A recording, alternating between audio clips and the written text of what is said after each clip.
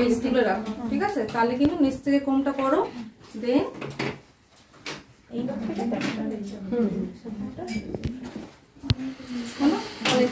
এবার এটা লং, এটা লং থেকে শর্ট।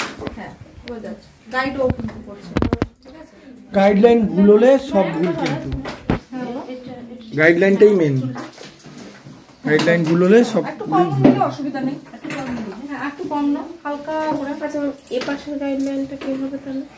এই যে গাইডলাইন তোমাকে দেখাচ্ছে, এই যে 62 শর্ট। এবার তুমি লং রাখো না, লং থেকে শর্টের দিকে কাটিং করো।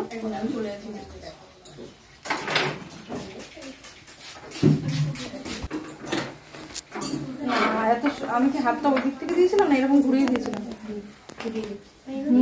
রাইট, হ্যাঁ করো। হ্যাঁ নিয়ে মাপ নিয়ে এবার নিজের কাছে নিয়ে এসে কাটিং করো, কতটা করবে দেখো।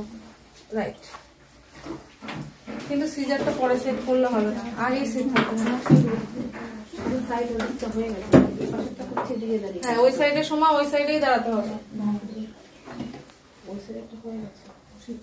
সামনেটা একটু দেখবে না, আমার